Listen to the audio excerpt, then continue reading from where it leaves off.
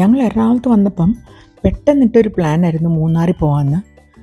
അങ്ങനെ ഞങ്ങളിവിടെ the leaf Munnar എന്ന് പറഞ്ഞ റിസോർട്ട് അവസാന നിമിഷം ബുക്ക് ചെയ്തതാണ്. ഇന്ന് ഇവിടുത്തെ കുറച്ച് വിശേഷങ്ങൾ കാണാം. അപ്പോൾ എല്ലാവർക്കും പുതിയ വീഡിയോയിലേക്ക് സ്വാഗതം.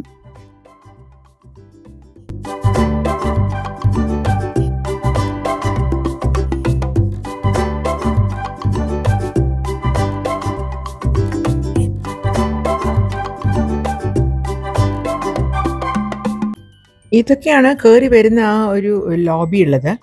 വളരെ നന്നായിട്ട് നീറ്റ്ലി അറേഞ്ച്ഡ് ഒക്കെയാണ്. നല്ല ക്ലീന്, നല്ല ഫ്രം ദി ബിഗിനിങ്, ആ തുടക്കത്തിൽ നിന്ന് തന്നെ നമുക്ക് ആ ഒരു ഫീൽ നമുക്ക് കിട്ടും.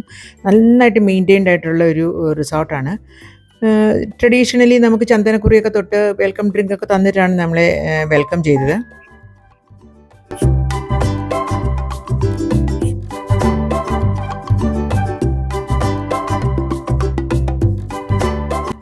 ഞങ്ങളെടുത്തത് സിംഗിൾ റൂമാണ്.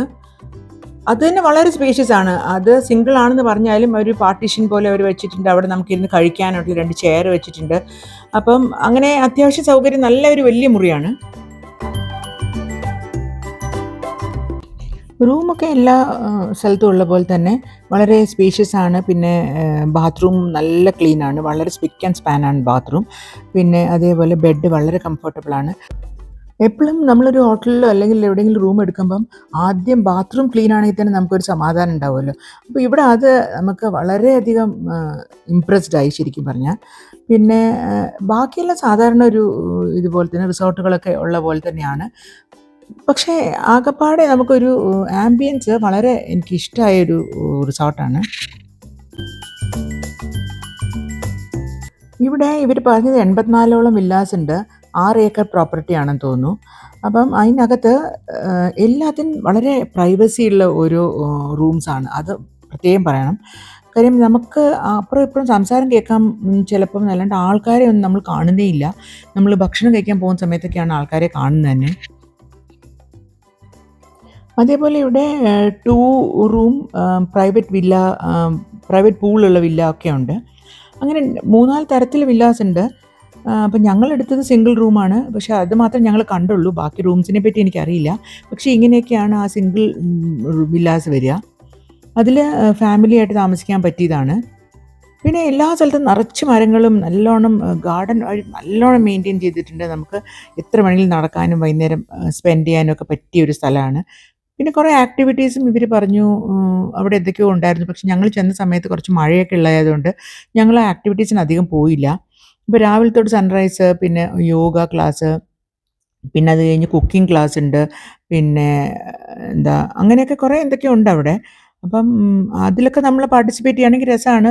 പിന്നെ അവർ പ്രോപ്പർട്ടി വാക്ക്, പിന്നെ അവർ തന്നെ ആൾക്കാരെ അറേഞ്ചൊക്കെ ചെയ്തു തരും. എവിടെയെങ്കിലും പോകണമെങ്കിൽ പിന്നെ അവർ എവിടെ പോകണം എന്നൊക്കെ ഉള്ളത് പറഞ്ഞു തരും. വളരെ നല്ല വളരെ നല്ലതായിട്ട് എടുത്തു പറയേണ്ട കാര്യം എന്ന് വെച്ചാൽ അവിടുത്തെ സ്റ്റാഫിൻ്റെ പെരുമാറ്റം വളരെ നല്ല ആൾക്കാരായിരുന്നു. പിന്നെ ഫുഡ് മോർണിംഗ് ബ്രേക്ക്ഫാസ്റ്റ് ഫ്രീ ആണ്. പിന്നെ വൈകുന്നേരം കാപ്പിയും ഫ്രീ ആണ്.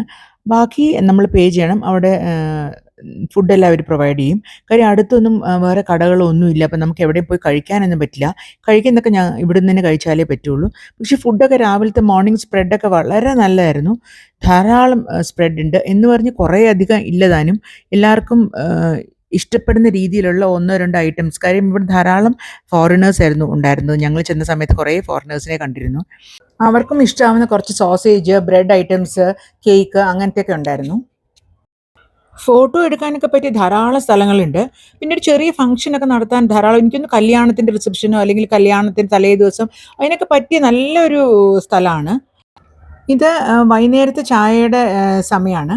അപ്പോൾ എങ്ങനെയാണെന്ന് വെച്ചാൽ അവിടെ ട്രഡീഷണലായിട്ട് ആൾക്കാർ മുണ്ടും ബനിയനും ഒക്കെ ഇട്ട് തലയിൽ കെട്ടൊക്കെ കെട്ടിയിട്ട് നിന്ന് ചായ സെർവ് ചെയ്യും.